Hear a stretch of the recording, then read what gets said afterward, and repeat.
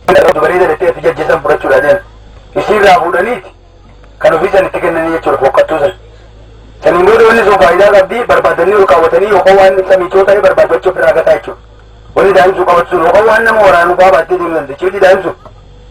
Kanaaf sobee waan tokko fuudhee raawwateetu waatti agarsiisee waan sanas kenni kanasii kan dalaal kiyya kun bareeda dalaalaal jaan jechuudha. Yoo san naa kenni itti eebbashiin dhufte kan harkaa qabsan dura kenni jaan ishiirraa fuudhaan gataa kan isaa san itti kennaa jechuudha. Wanni sun waan faayidaa qabdu muti jechuudha. Nutillee akkasanii jechuudha. Dhugumaan otoo amantiin tunilleen amantii jennata nama galchitu taate amantii warra Arabaa fi ilmaan Abrahaam irraa warra Arabaatii fi warra Silaa irraa nuti dhufeetu waan gaarii taateefu silaa nuu bitanii dhufan turan jarri kun. Waan jennata nama galchitee achitti nama qananiiftu silaa nuufiin kennan turanii jechuudha. Otoo waan akkasii taate. Wanni tuni akka ishiin nama qananiifnes ni beeka jarri.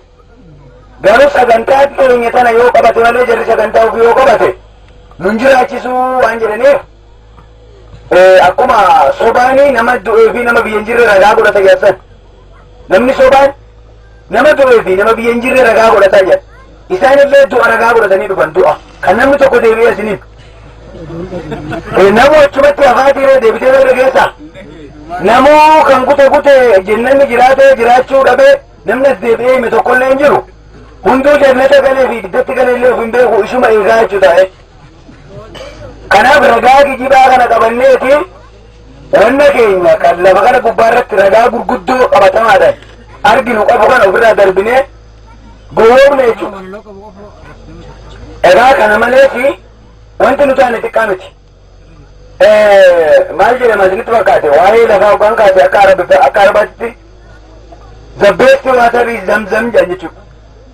Bishaan filatamaan addunyaa kanaa nama dheebuu baasu bishaan zamzamaatii jechaa turan. Akka warra Israa'elittis immoo lagni laga caalu laga Yordaanos jechaa turan. Tulluun tulluu caaltu tulluu Tsiyoon. Lafti lafa caaltu Naazireet Beetaalem. Kana nuun jechaa turan jechuudha.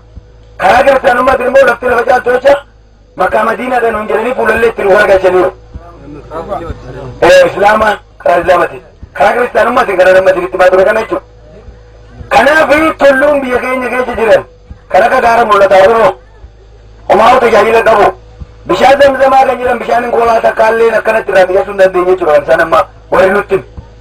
Isiirraa hoo laga hawaas kan namni meeqa irraa jallisii dhugu kana maa maqaa dhabu dadhabu nuti.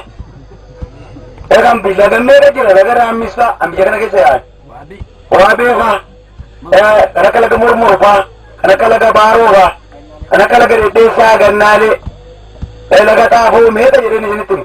Laggeen kun hundi maqaa dhabaniiti lagni nuti galateeffannu bishaan takkaa dhugneetti illee hin beeku. Kan ija keenyatti illee agarree hin beeku. Affeenyee laga caalu laga Yordaanos jenne jechuudha laga Israa'el keessa yaabsannullee. Asiillee bishaan caalu bishaan zamzamaati. Abboo nyaata nyaatullee zamzama si haa godhu jedhanii akkasitti olaanaa godhanii isa himan midhaan asirraa nyaataniiti laga san galateeffatan jechuudha. Dachiin tunuu kan nuun hin galafatamiin nuti numaan akka qabu. Kan nuun garan galii. Lafti nuti irra yaamtuun kan nuun gara galii guyyaa gaaf tokkootu gaa maqaa ishii dhoofnee beeknu waa labu oduurraa nyaannee oduurraa dhugnu gaaf tokkollee waan ishiin dubbannu nullee Naazireet jenna Beetalam jenna namni nama caalullee dhabalu jenna maqaa hormasanii kan yaamnu fi seera hormasanii kan yaamnu dachiintu waan kiyyan dubbattanii narraa garagalaa jettee dogara nu galchitee sila kama gara nu galchitu jechaadha akka toksitee irraa nu eegdibuus malee waan ajaa'ibaati jechuudha wanni nu ta'an.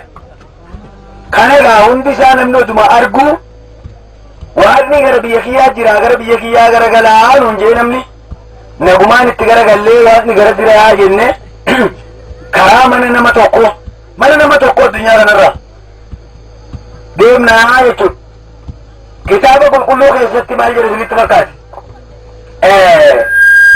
Waa'ee kakuu moofaa fi kakuu haaraa kan jedhan dubbii waaqaa haaraa moofaa ni qabdi jenneet illee yaadnu miti.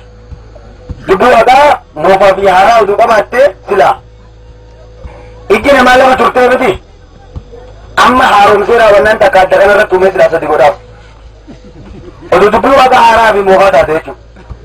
Duraan guyyaa fi halkantu ture amma silaa halkanii fi guyyaa tana walitti gadi dhiisee raawwannaan namni haa irra bobba'uun haaromsataa miti akkuma namni modernizeeshinii waan jedhamu beekan nu barate yookaan sivilaayizeeshinii akkas qaroomina jechuudha. Akkasitti silaa guyyaa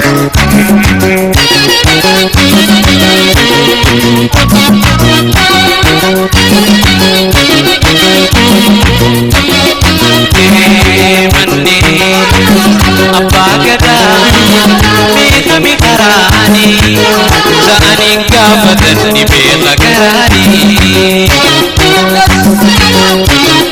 manni abbaa gadaa beekami karaanii isaaniin gaafatan ni beeka garaanii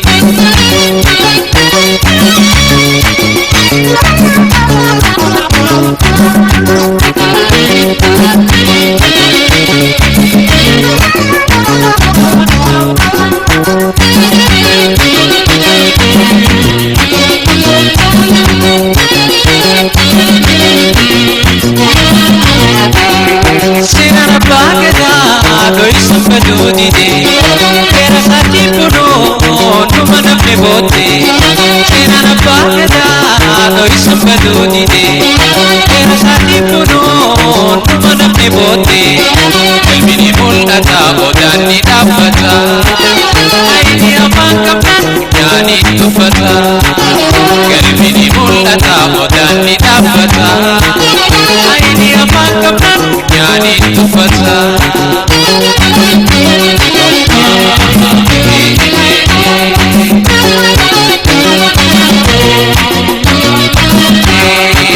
Manni abbaa gadaa beekami karaanii isaaniin gaafatan ni beeka garaanii Manni abbaa gadaa beekami karaanii isaaniin gaafatan ni beeka garaanii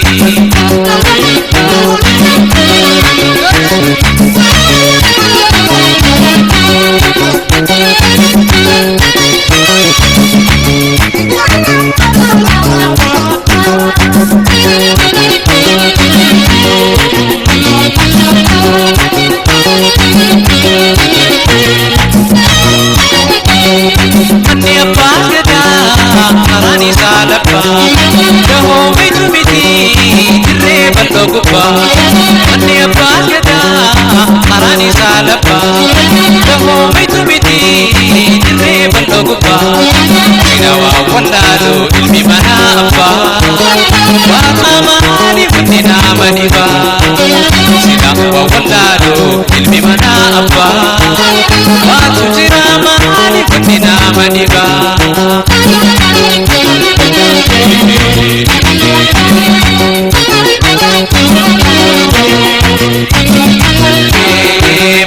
Manni abbaa gadaa beekami karaanii isaaniin gaafatan ni beeka garaanii Manni abbaa gadaa beekami karaanii isaaniin gaafatan ni beeka garaanii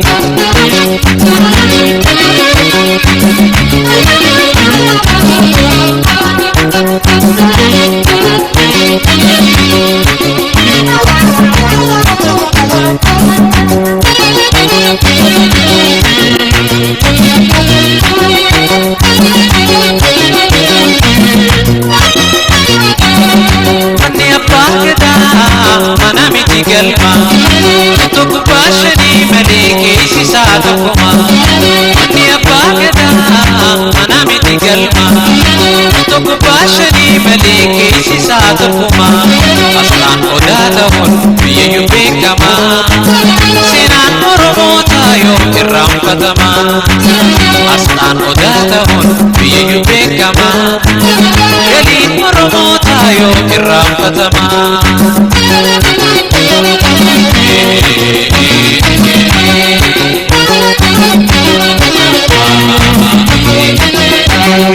Manni abbaa gadaa beekami karaanii isaaniin gaafatan ni beeka garaanii Manni abbaa gadaa beekami karaanii isaaniin gaafatan ni beeka garaanii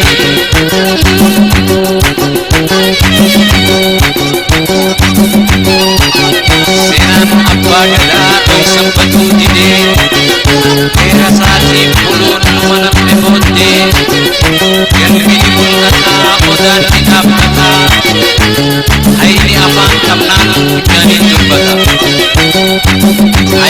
waan qabnaan